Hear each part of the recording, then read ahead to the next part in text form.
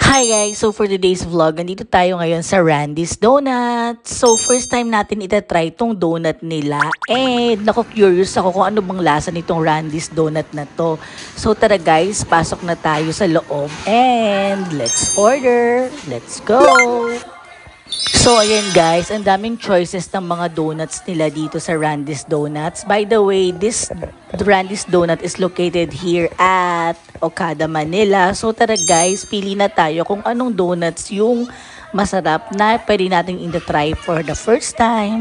So very colorful and attractive yung mga donuts nila. So check naman natin yung mga prices ng donuts. So ito yung mga classic donuts nila. It's 105 per piece. So medyo pricey siya pero malaki yung serving ng donut nila. So ito namang mga fancy donuts na to is 120 per piece. So aside from fancy donut, meron din silang mga deluxe donuts na same price din. It's 120. So, yun yung mga choices ng mga donuts nila. And, meron rin silang mga premium donuts na 120 din. Meron rin sila dito guys na box of 6 and box of 12. Pili na lang kayo ng mga donuts na magugustuhan nyo dito. So, aside from that, meron rin silang mga combo donut plus coffee. It's 250. Yan. And also guys, meron rin sila ditong ino-offer na mga cold and hot drinks. So yan, pipili ka lang dito. Ano kayang masarap piliin dito? So I think I will go for the cold drinks or the iced drinks. So ang pipiliin natin dito ay itong Mocha Loca. So try natin tong drink na tong Mocha Loca na to. Kung masarap ba ka-partner ng donut. And finally, dumating na yung ating order. So, presenting guys, ito yung kanilang Mocha Loca. So, try natin to kung masarap nga itong drinks nila na ito. So, aside from the Mocha Loca, nag-order rin tayo ng donuts. So, ang in-order naman natin na donuts ay ito.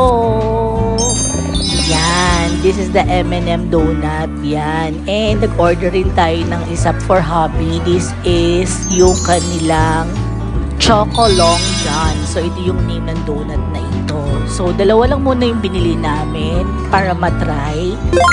So, tig-isa kami ni husband and ito yung sa akin, yung M&M donut. So, try natin kung masarap to. Pero sa tingin pa lang is you can never go wrong pagdating sa M&M na chocolate, samahan pa ng donut. So, I think perfect choice to for me. So, tingnan nyo guys, so ang daming taong bumibili rin dito. So, yan, try na natin tong M&M donut and Choco Loca. Tara guys, let's eat. Itadaikimasu! So guys, ngayon naman, I'll give you my honest review. So, ang rating ko dito is 9 out of 10. Malalasahan mo talaga na premium and quality yung mga ingredients na ginagamit nila dito. And of course, you can never go wrong pagka ang M&M ay nilagay na talaga sa donut. So for the 120 pesos na donut and ang laki ng serving ng donut nila, parang pwedeng dalawang tao is maghahati dito. I think good for sharing to since malaki yung serving and huge yung donut nila dito. So ngayon naman guys, i-rate natin itong kanilang cold drinks. So this is the Mocha Loca.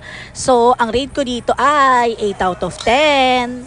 So for me, based on my own taste preference, so yung lasa niya is parang kasing katulad lang din nung mga nabibili ng mga frap drinks sa ibang mga cafe or coffee shop. Kaya ang rate ko sa kanya is 8 out of 10. So okay rin siya, goods rin siya. So guys, kung tatanungin nyo ako kung babalik pa ako dito sa Randy's Donuts, of course, for sure, babalik tayo ulit dito para naman matry natin yung mga ibang variety and flavors ng donuts nila. Kasi tingnan nyo guys, so ang daming mapagpipilian. So next time na babalik kami dito is try naman natin yung ibang flavors. Kasi naman very colorful and appealing yung mga flavors ng donuts nila. Talagang mapapawaw ka, sa tingin pa lang is mabubusog ka na. So ngayon naman guys, after our quick bite dito sa Randy's Donuts is Maglakad-lakad muna tayo and mag-walking tayo dito sa loob ng Okada, Manila. So maraming magagandang area dito na very Instagrammable and picture perfect. Katulad nito guys. So tingnan nyo, ang gaganda ng mga chandelier dito and mga pailaw nila dito sa loob ng Okada, Manila.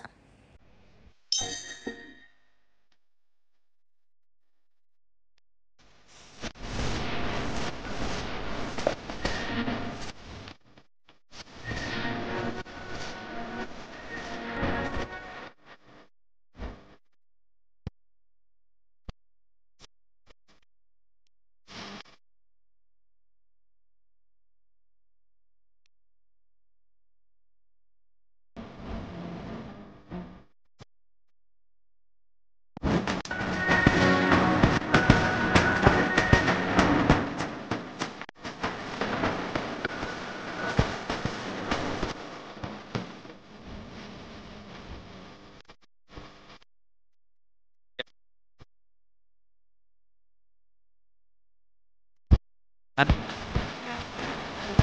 Gas.